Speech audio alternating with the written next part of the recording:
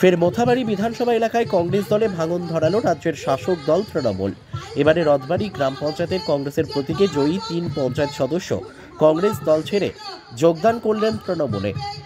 বাবলা, নতুন বস্তি, বিরামপুর পূর্বপাড়া ও উত্তর মোহনপুর থেকে ইপসিতা মণ্ডল দাস, আমিনা বিবি ও নাস্তিরা বিবি আরও দলের কর্মীদের নিয়ে যোগদান করলেন। এই যোগদান কর্মসূচি অনুষ্ঠিত হলো মোথাবাড়ি ট্যাক্সি স্ট্যান্ডে। সেখানেই রাজ্যের মন্ত্রী সাবিনা ইয়াসমিনের হাত ধরে কংগ্রেস দলে 3 পঞ্চায়েত সদস্য আনুষ্ঠানিকভাবে তৃণমূল দলে যোগদান করলেন।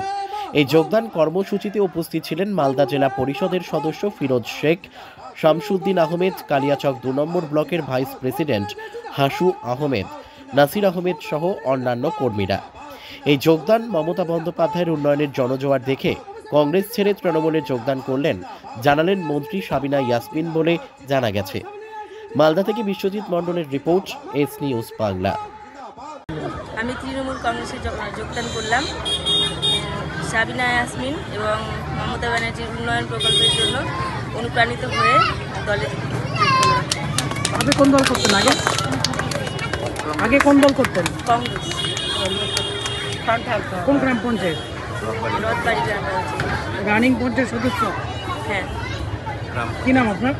ইপসিতা মণ্ডল। কি পরিকল্পনা রয়েছে? গ্রামের দিদির পাশে থেকে মানে গ্রামের উন্নয়ন করার জন্য।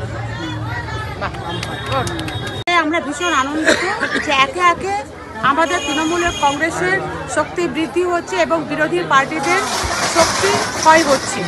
আমরা যেখানেই যাচ্ছি বাংলার মুখ্যমন্ত্রী শ্রীমতী মমতা ব্যানার্জি কাজের ধারাকে আরও এগিয়ে নিয়ে যাওয়ার জন্য এবং ওনার কাজের ধারায় অনুপ্রাণিত হয়ে প্রত্যেকটা জায়গা থেকে আমাদের যারা বিগত ভোটে কংগ্রেস বা বিজেপি করছে তারা প্রচুর আমাদেরকে ফোন করে বলছে যে আমরা তৃণমূল কংগ্রেস করতে চাই।